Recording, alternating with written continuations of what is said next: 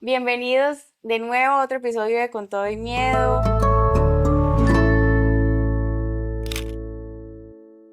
Me alegra muchísimo estar acá de nuevo con ustedes. El día de hoy les tengo un tema muy especial.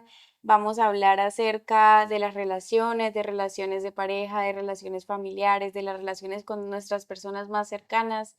Y este episodio realmente lo quiero dedicar a aquellas personas que a veces han sentido que callar también duele, que de pronto hablar no es suficiente y que el amor tampoco es suficiente para entendernos.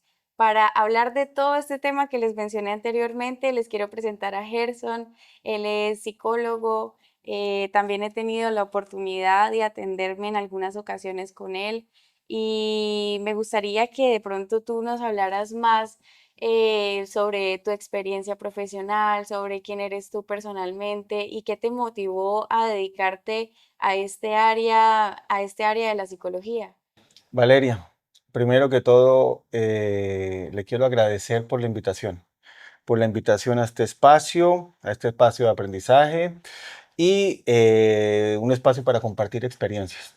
Yo soy Gerson Yesid Jaimes Parada, psicólogo, terapeuta familiar y de pareja.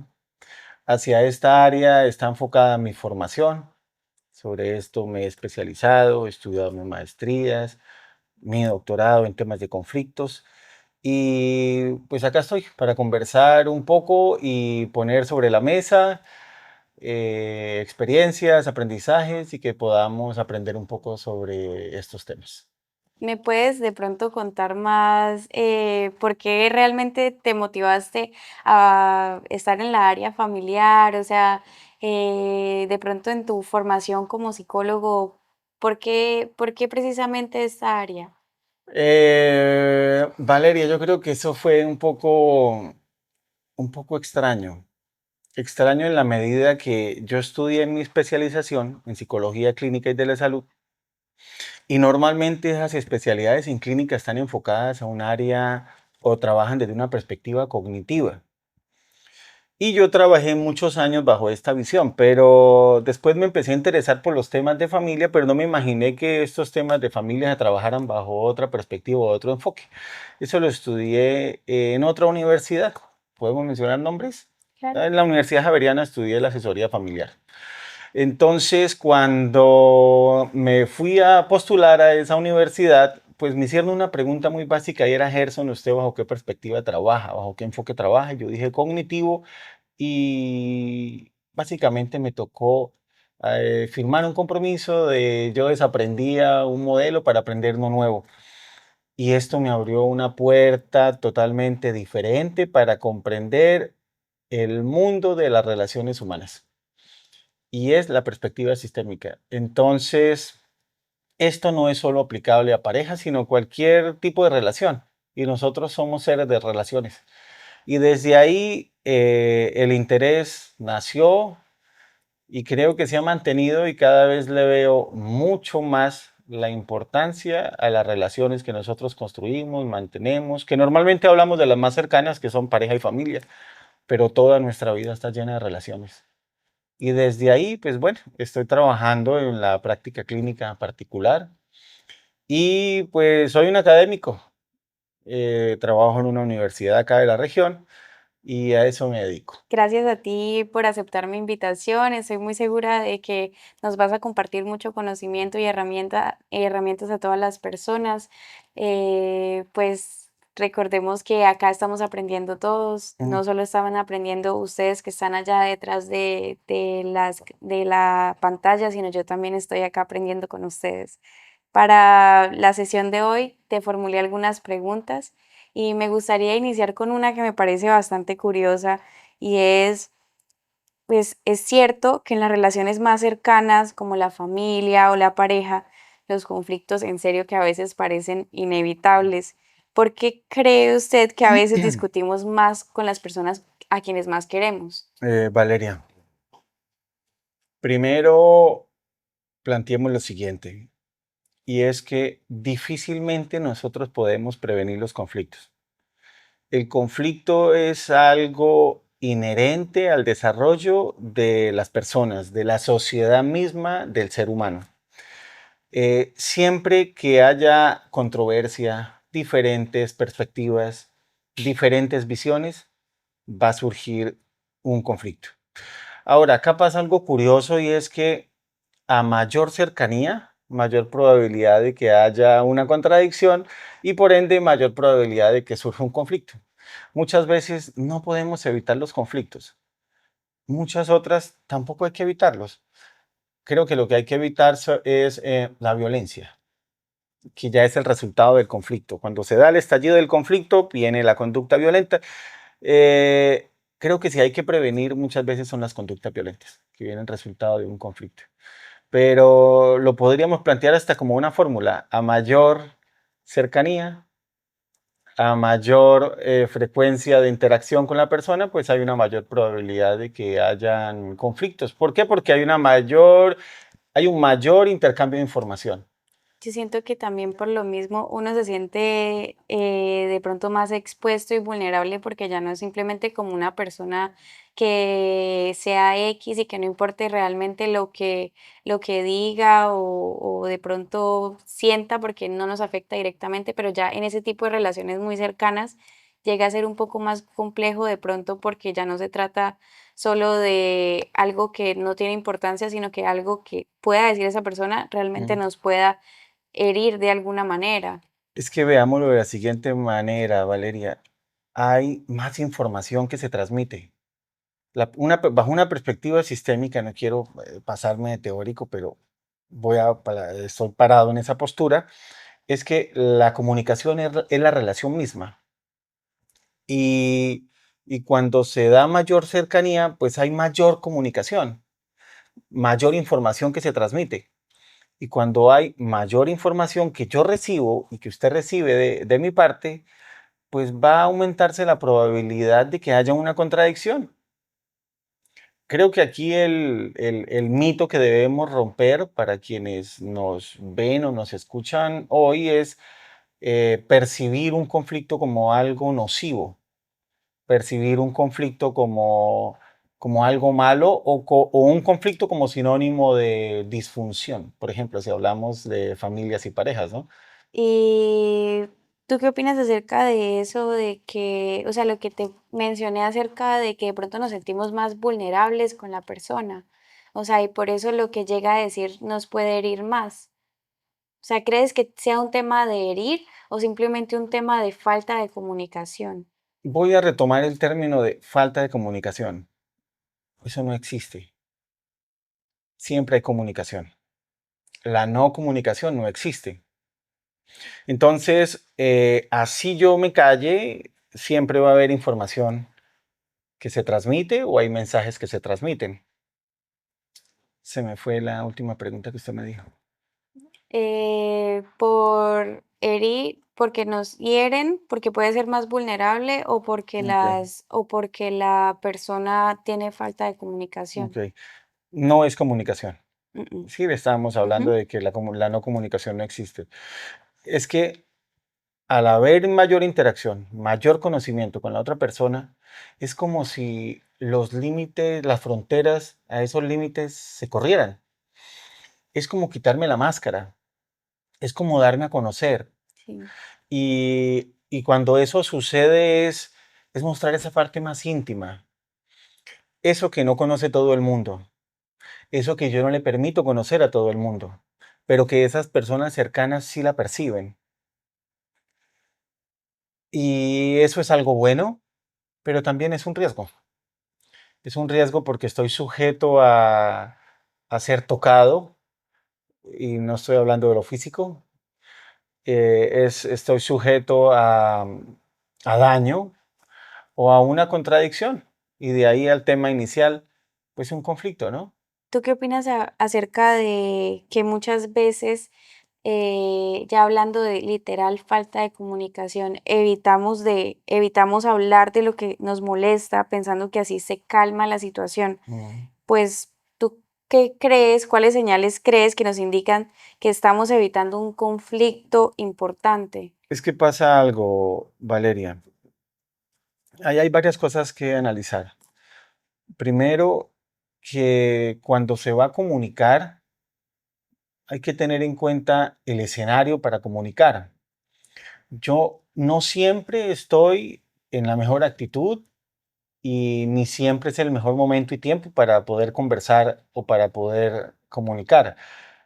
Y lo más posible es que ese tema sea sea un tema de tensión, ¿no? Sea un tema difícil.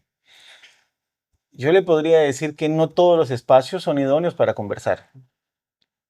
Eso hace que los conflictos escalen porque la gente busca resolverlos ya, por ejemplo. O la gente solo piensa en sí mismo y no en el otro, y como yo estoy preparado para conversarlo, pues hablemoslo ya, pero no estoy pensando en el otro interlocutor, en quien recibe el mensaje, si está también preparado para conversarlo o si está preparado para recibir mi mensaje. Claro, Entonces, creo que los tiempos son importantes. La primera negociación que debe tener una persona con su interlocutor para conversar un tema álgido, perdón, la primera negociación es cuándo lo conversamos. Creo que el primer acuerdo que se tiene que generar es cuándo y en qué momento y hasta por cuánto tiempo lo conversamos. Si eso se logra, maravilloso. Es un avance, ¿no? claro. O sea, poner ese tipo de pautas y bueno, lo que tú decías, o sea, a veces la otra persona no se siente realmente cómoda con eso, con iniciar la conversación en el preciso momento, porque pues siempre una de las dos partes Mm, requiere como de cierta inmediatez, sí. porque es como, obviamente cuando hay un conflicto, las dos partes se sienten incómodas, entonces esa parte de pronto de la que tú hablas, esa parte que dice, quiero hablar ya de esto porque quiero Mm. solucionar esto ya porque me siento mal por esto y la otra persona es, quiero pensar esto mejor para poder tener una mejor comunicación o bueno, lo que sea que esté pensando. Y es que me gustaría recalcar que a veces eh, el silencio, cuando trae dolor, también tiene muchísimo ruido y por Mm. eso es tan incómodo. De pronto, eh, te quiero hacer una pregunta y es, ¿cómo gestionamos esa incomodidad que nos impide hablar como tal con las personas?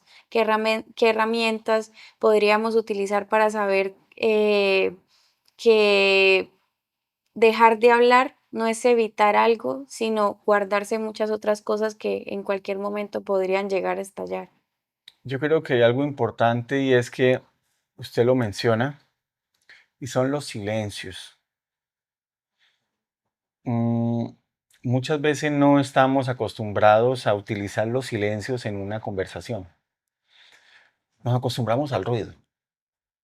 Entonces, nos hicieron creer que la buena comunicación es solo el intercambio de información. Pero la comunicación es como la música. Si no hay silencios, pues solo sería un ruido extravagante. Los silencios son importantes. Los silencios nos permiten comprender al otro. Los silencios me permiten comprenderme a mí. Y creo que los silencios son necesarios en la comunicación. Un poco se utilizan, pero son muy necesarios. La predisposición. Si yo no estoy apto para conversar en el momento, pues voy a estar predispuesto. Y si estoy predispuesto, la interpretación va a ser errónea. Discúlpeme el ejemplo extraño, pero estamos comunicándonos y de su mensaje salen peras y aquí llegan naranjas. Mm, ¿Sí? ¿Cómo garantizo a que de allá salgan peras y yo reciba peras acá? Que el mensaje que salga ya lleguen los códigos claro, necesarios aquí. Y hay una clave.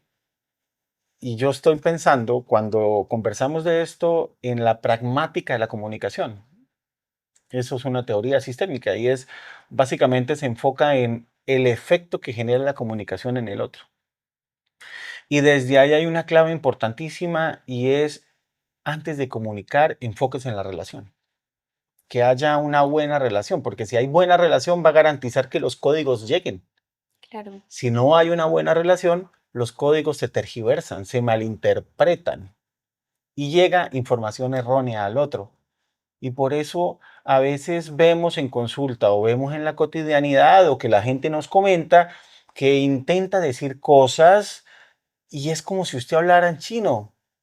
Realmente la otra persona no le Sí. entiende absolutamente nada y usted insiste en aclarar y es como insistir en el problema. Justo tengo una pregunta que viene a eso y es cuando Mm, finalmente decidimos hablar, pues lo que se dice, incluso lo que no se dice, puede sí. escalar muy rápido a cualquier cosa. ¿Cómo garantizar que lo que estamos comunicando no se convierta en una guerra? Ahí hay que analizar varias cosas.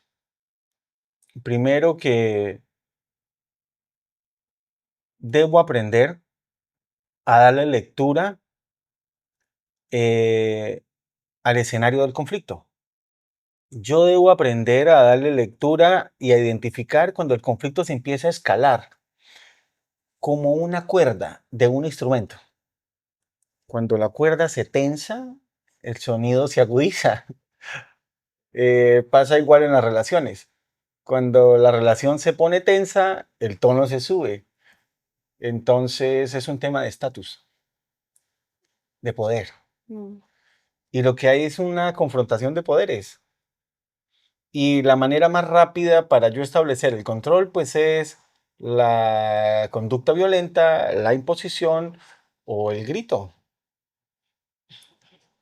Quienes nos escuchan hoy, quienes nos ven hoy, pueden llevarse eso. Y es que la violencia, el tono de voz alto, en pocas palabras, es un mecanismo para ejercer control rápido.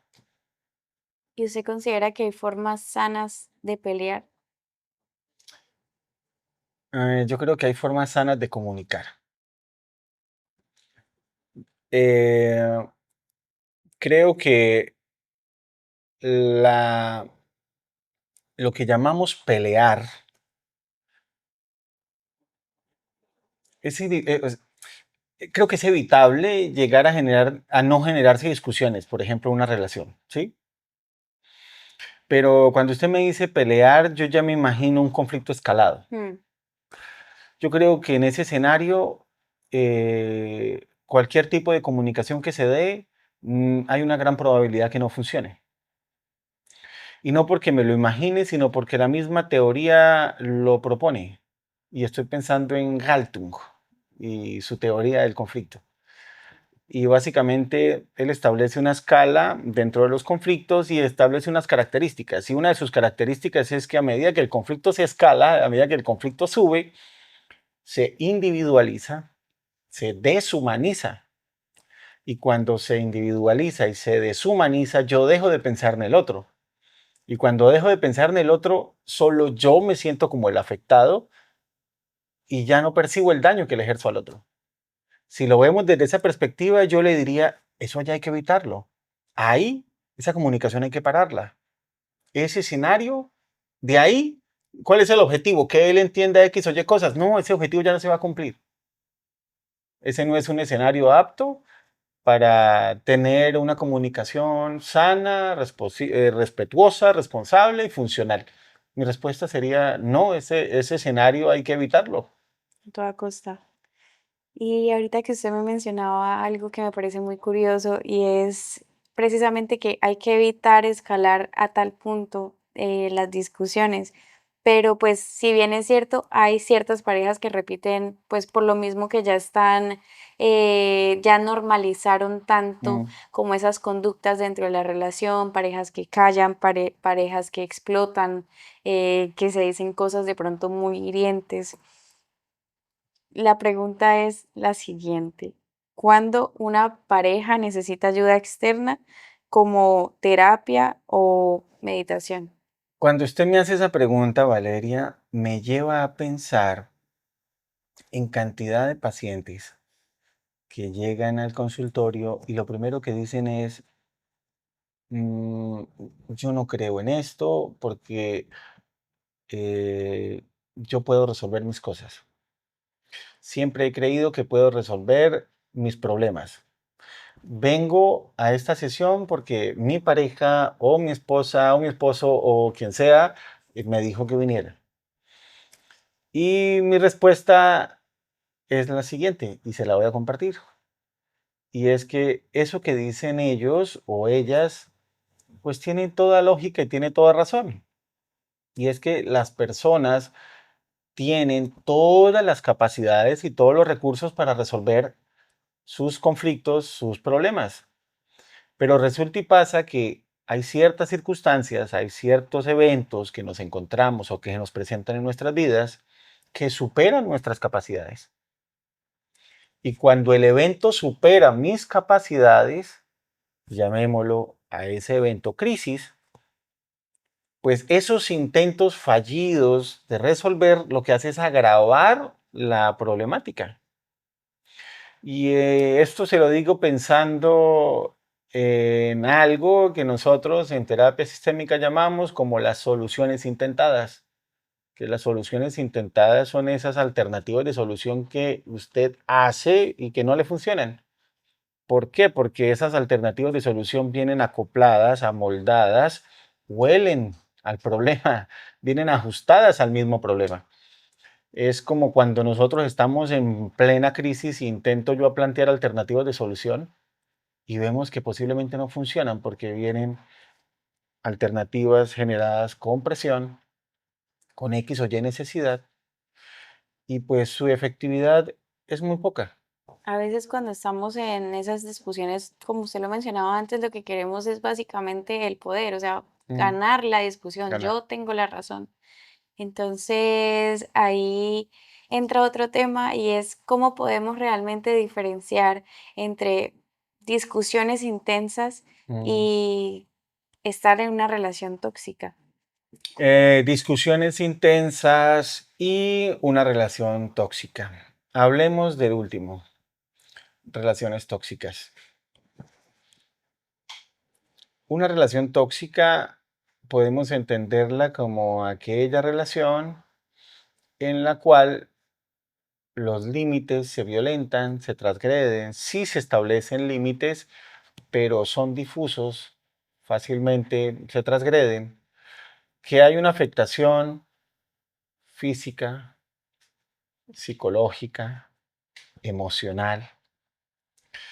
Em, y cuando vemos, posiblemente son dos cosas bien diferentes, ¿no? Eh, Cuando hay un conflicto, es importante tener claro el objetivo del conflicto. ¿A qué se espera llegar? ¿Qué pretensiones tiene? ¿Qué busca con esta conversación? ¿No? Y en una relación o en una pareja tóxica, posiblemente ese objetivo sea pensando solo en una de las partes, en ella o él. Y resulta y pasa que cuando usted me preguntaba eso, lo anoté por aquí, hay una característica y es que la gente le gusta ganar, porque nos acostumbraron, nos enseñaron familiarmente, nos enseñaron a ganar, no nos enseñan a perder. Entonces, cuando hablamos de negociar, también nos enseñaron que el buen negociador es quien se lleva la tajada grande del pastel. Que si yo me llevo una tajada pequeña porque tenía poca hambre, no es buen negociador, la tajada grande. Entonces, pues también es entendible por qué la gente en un conflicto pues, siempre tiende a ganar, a imponerse. Pero creo que parte del ejercicio que nosotros hacemos en consulta es llevarlos a que las personas pierdan para ganar, que pierdan cosas para ganar algo, porque el intentar ganar, dos personas intentando ganar, pues vuelve y juega la comparación de hace un momento y es la cuerda se tensa, el tono se sube. Y hay que entender también que a veces en las discusiones falta mucha conciencia, también mucha voluntad y a veces hace falta también ayuda y hay que reconocerlo. Sí, a veces se necesita un tercero neutral. Sí, si hablamos de mediación, por ejemplo, necesitamos a veces un tercero neutral que nos permita dar otro panorama que nos permita explorar emociones. Un tercero neutral a veces es importante porque eso genera un espacio de control, un espacio de equilibrio. Y pasa algo bien importante cuando hay un tercero neutral y es que los poderes de los mediados se regulan, porque normalmente esos poderes están desequilibrados. Viene alguien a imponerse el poder versus Luego el se otro. ponen, Llega el sí, tercero neutral, en este caso, por ejemplo, el rol de este servidor, y lo que hace es equilibrar los poderes. Y de esa manera, con unos poderes más equilibrados, pues las personas pueden llegar a unos acuerdos más sanos. somos- Para concluir, hasta este punto, porque un acuerdo mal establecido o un acuerdo impuesto tiene una alta probabilidad de que se incumpla, ¿Por qué cree usted eso? porque la gente no lo apropia, porque la gente no lo identifica como suyo. Mm, ¿Sí? Algo impuesto cuando entonces tiene que venir de X o Y hora y no llegue a Z y Y hora, ok, vengo. ¿Por qué? Porque sí, porque me ahorra un problema.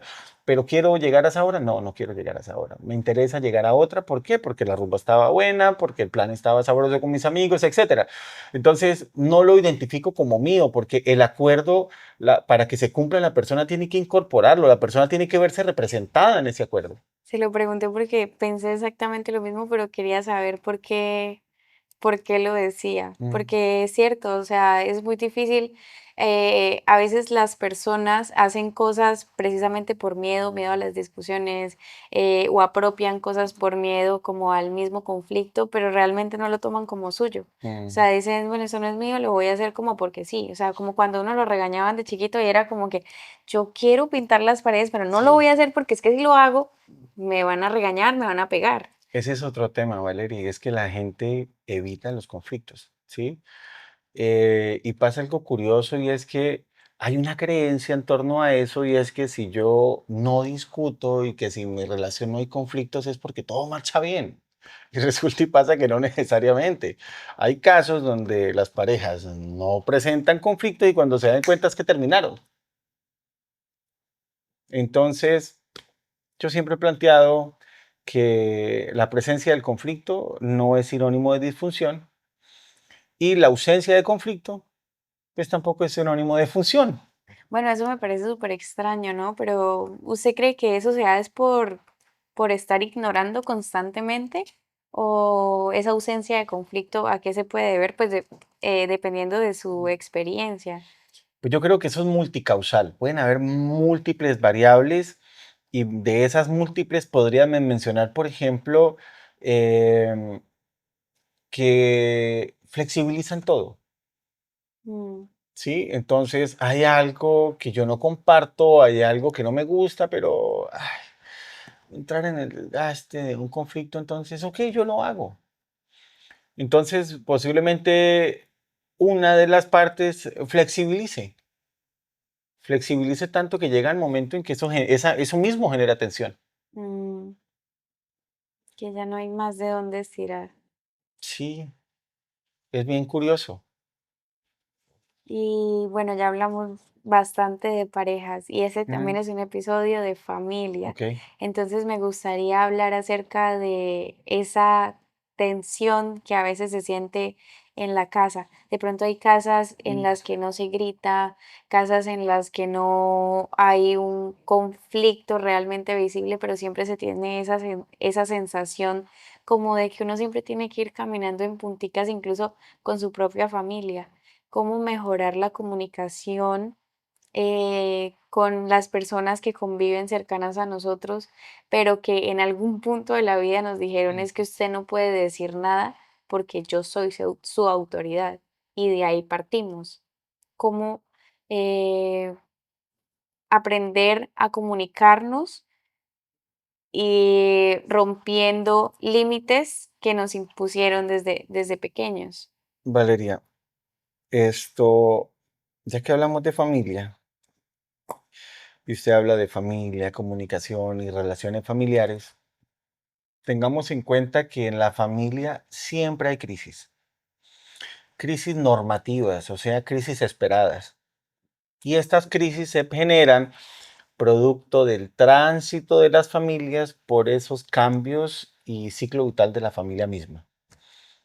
A medida que los integrantes de la familia crecen, se desarrollan, pues esto está sometiendo a ese sistema a cambios. Mm, Todo cambio que se genera en la familia, eso genera conflicto, crisis, pero desde ahí también la posibilidad de generar cambios, innovación, adaptación.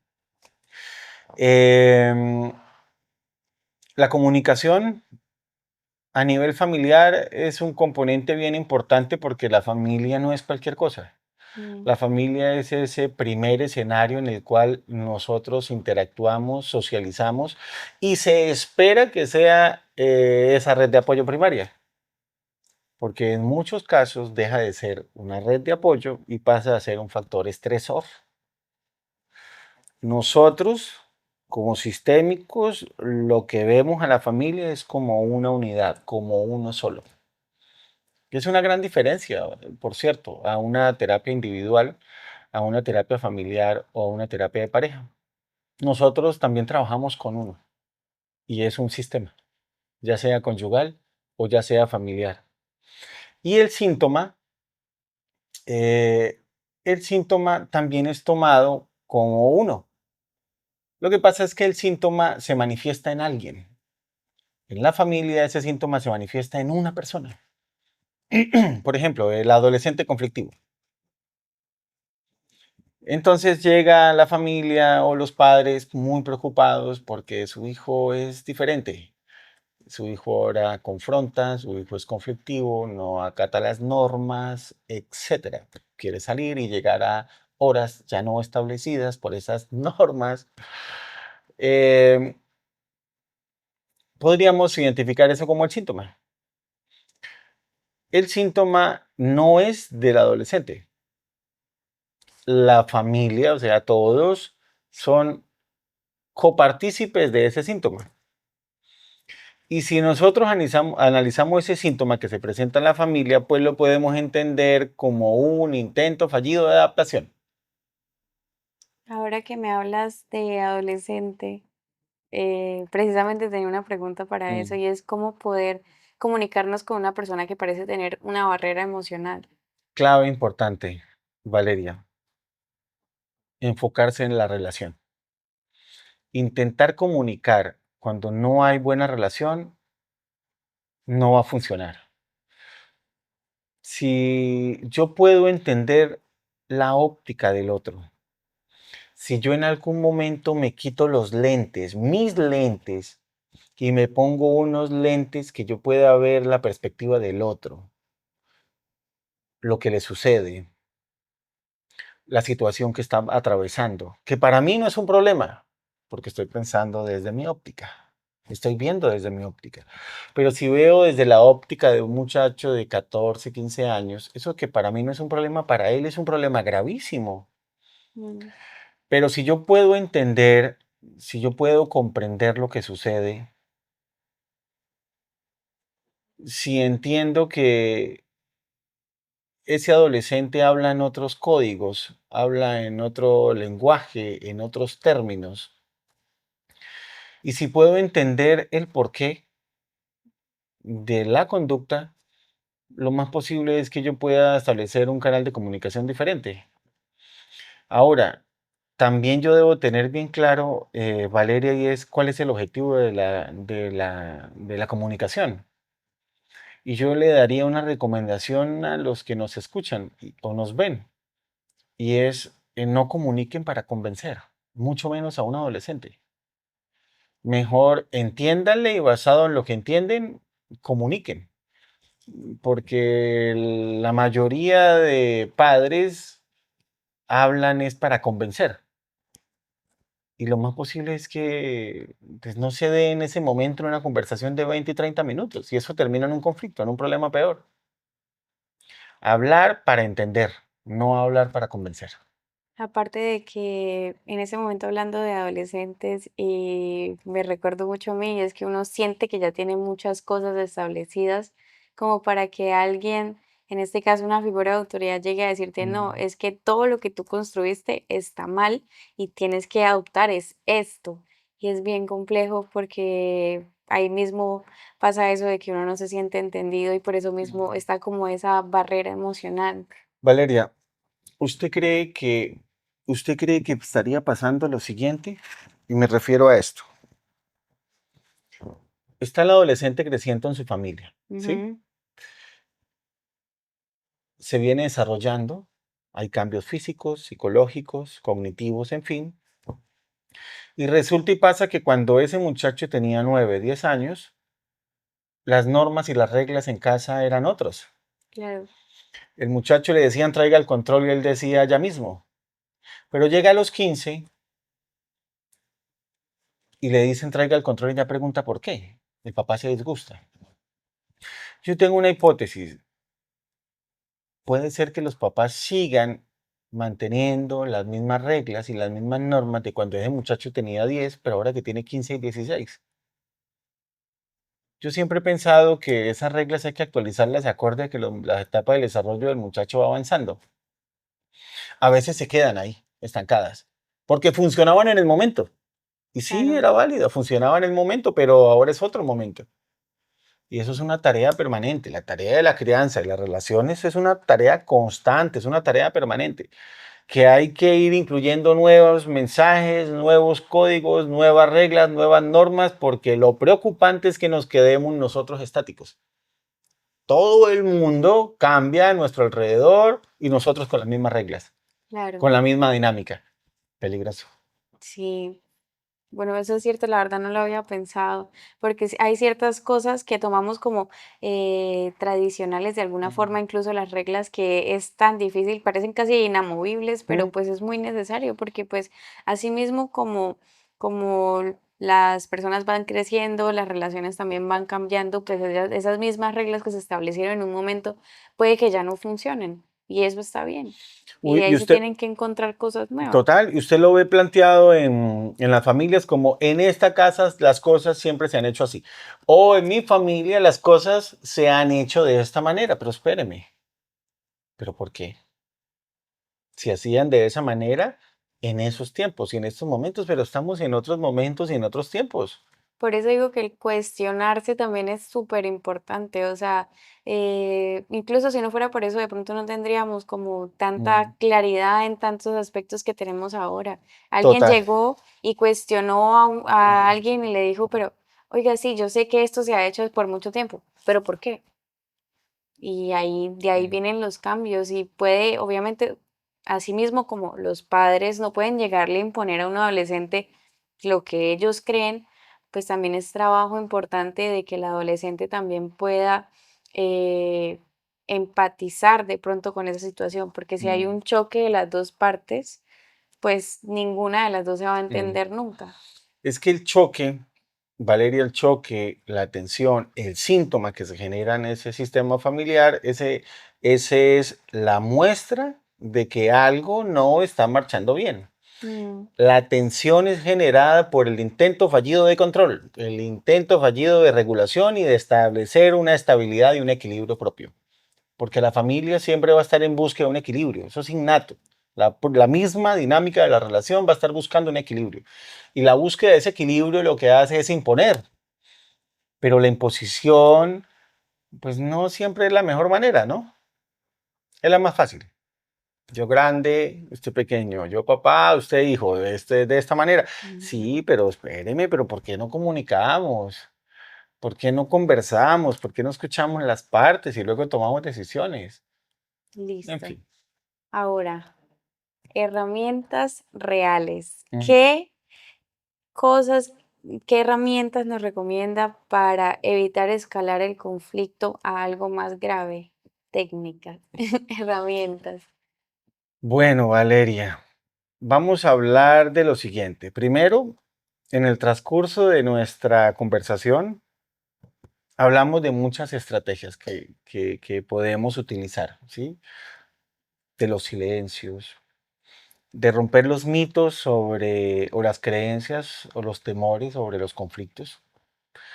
Entender que los conflictos me llevan a innovar, que muchas veces no hay que evitarlos, que lo que hay que evitar es la violencia en todas sus presentaciones. Pero podríamos hablar de estrategias y podríamos mencionar lo siguiente. Incorpore los silencios en la comunicación. Pero ese silencio no es para planificar qué digo, en responder y ganar, sino es tan solo escuchar y percibir la información del otro, para poder entender la información como viene.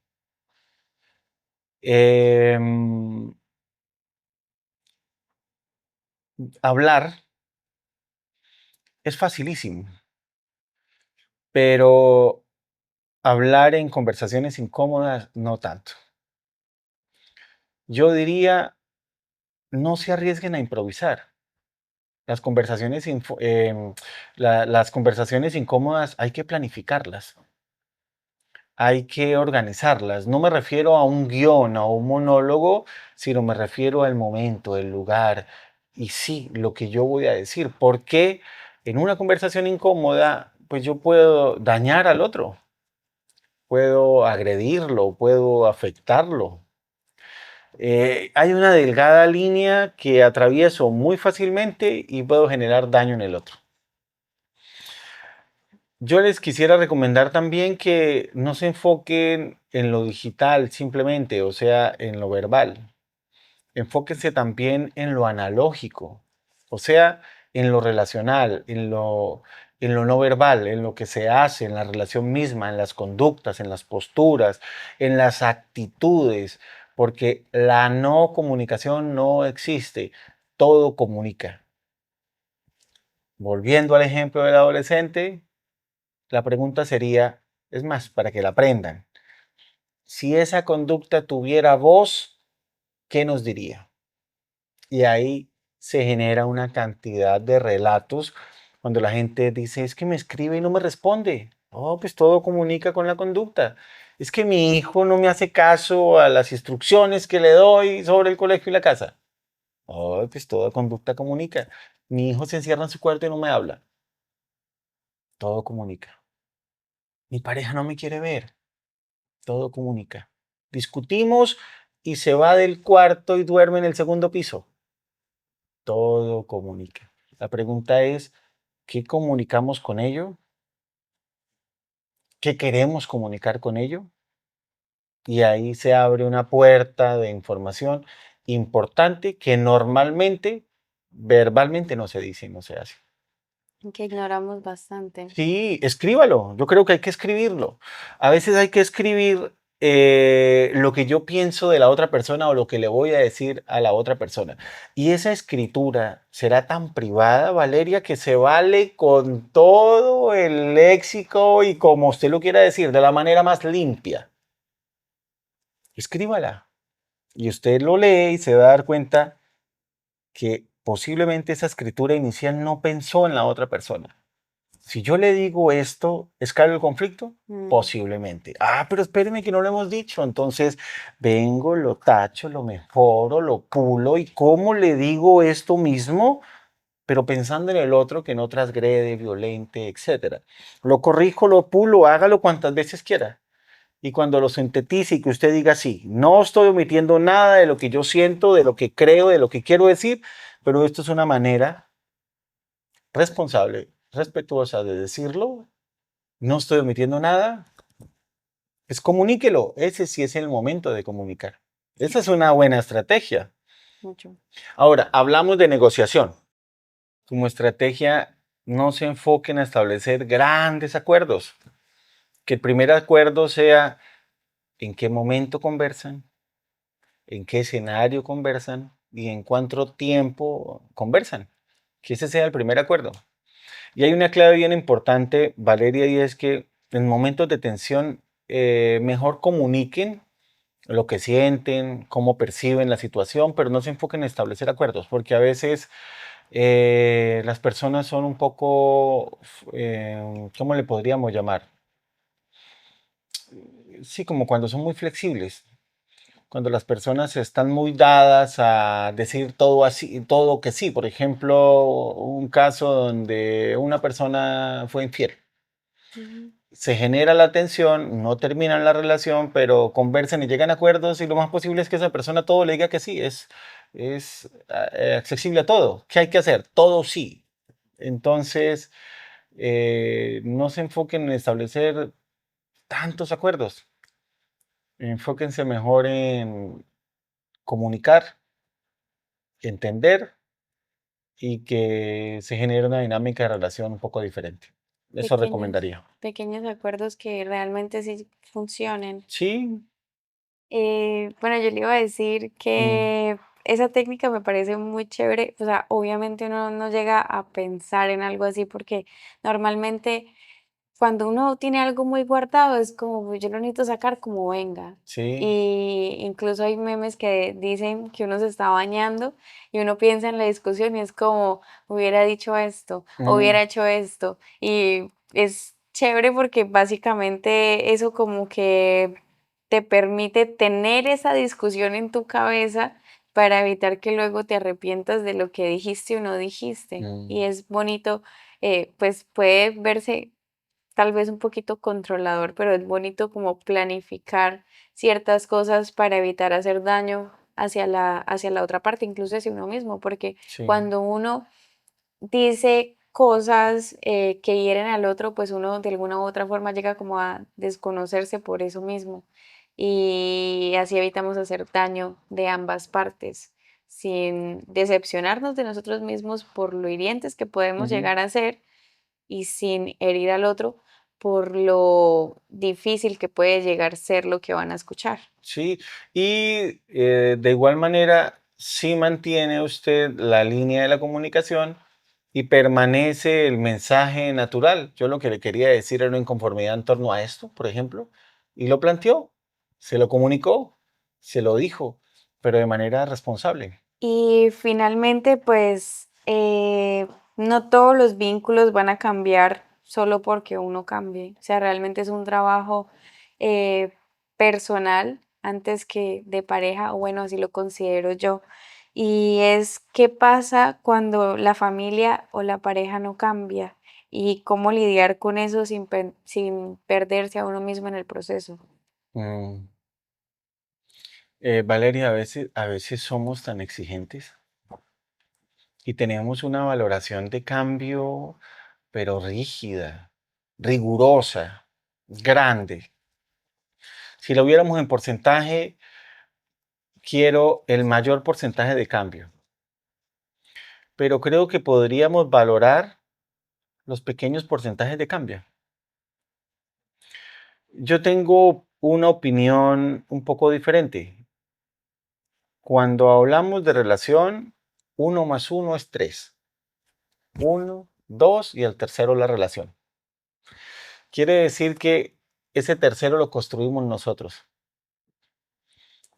Y como la interacción va y viene, es circular, la causalidad es circular, pues eso no tiene fin, va y viene. Cuando yo incorporo información diferente en esta relación, cuando uno incorpora información en esta relación, sí se generan cambios en esa dinámica relacional, que posiblemente no son los cambios que yo espero, es otra cosa, pero cambios se generan. Creo que sí hay una tarea importante, Valeria, y es empezar a identificar los pequeños cambios como logros y hacerlos ver. Y dejar de esperar de pronto los grandes cambios. Sí, pueden darse, pero pequeñas causalidades también generan grandes efectos. Entonces, considerando eso, que nosotros somos unos seres de relaciones, todo cambio que yo genere en la relación genera un efecto en las otras personas. Lo que debo es aprender a distinguir los pequeños cambios que se generan en esas dinámicas de relación. Aprender como a valorar lo que la otra persona también hace. Sí. Pero, ¿qué hacemos, por ejemplo, en la pregunta que te hice de no perderse a uno mismo en el proceso, si realmente esos cambios no llegan a ser suficientes. Yo creo que una relación, y no estoy hablando simplemente de una relación afectiva, sino todo tipo de relación, amigos, familia, pareja, es como una sociedad. Y yo creo que tener una sociedad con un socio que no aporte a ese negocio, pues de pronto no es una buena sociedad. Y creo que ahí es cuando la persona se pierde en el proceso y es cuando empieza a asumir una carga que no es suya porque quiere hacer la tarea que es del otro. Mm, Eso es una tarea compartida. Creo que hay que tener bien claro hasta dónde llego yo y que usted es copartícipe, usted es coprotagonista, no simplemente la única protagonista. Las personas deben identificar el problema, deben identificar los cambios personales y eso es una tarea individual. Que tengo el apoyo de mi pareja, valioso. Que tengo el apoyo de mi familia, importante. Que tengo el apoyo de mis amigos, significativo. Pero eso es una tarea propia también. mm. Por eso hablaba ahorita acerca del trabajo personal antes Mm, de del en pareja, y en pareja es en cualquier tipo de vínculo que uno tenga, porque realmente sí es importante que todas las partes que involucren esa relación estén aportando de manera consciente en ella. sí. Y pues nada, realmente me gustó mucho tenerte acá. Siento que nos llevamos muchas herramientas, aprendimos muchas cosas hoy, yo también aprendí muchas cosas y te agradezco muchísimo por haber aceptado mi invitación a Con todo y miedo. Valeria, para mí todo un gusto. Y soy un convencido de que estos escenarios le llegan a las personas. Soy un convencido que gracias a esto se aprende. Las personas que nos ven, las personas que nos escuchan, captarán, tomarán e incorporarán lo que les sirva y eso genera cambio. Entonces, gracias Valeria por generar este tipo de espacios y gracias por invitarme. Para mí de verdad un gusto poder conversar y participar en este episodio. Muchas gracias. Gracias a ti. Y muchísimas gracias a todas las personas que nos vieron el día de hoy, a las personas que llegaron hasta acá, hasta ese momento del capítulo. Me gustaría decirles que espero se hayan llevado algo bonito, algo importante, estrategias bonitas, herramientas bonitas que les puedan servir. Y recuerden que todos estos espacios son espacios de autodescubrimiento y de trabajo personal. Dense la oportunidad de realmente ser conscientes, conocer y escoger cosas sanas para su vida. Y nada, como siempre finalizo los episodios, hagan las cosas y si tienen muchísimo miedo, háganlas con todo y miedo. Hasta la próxima.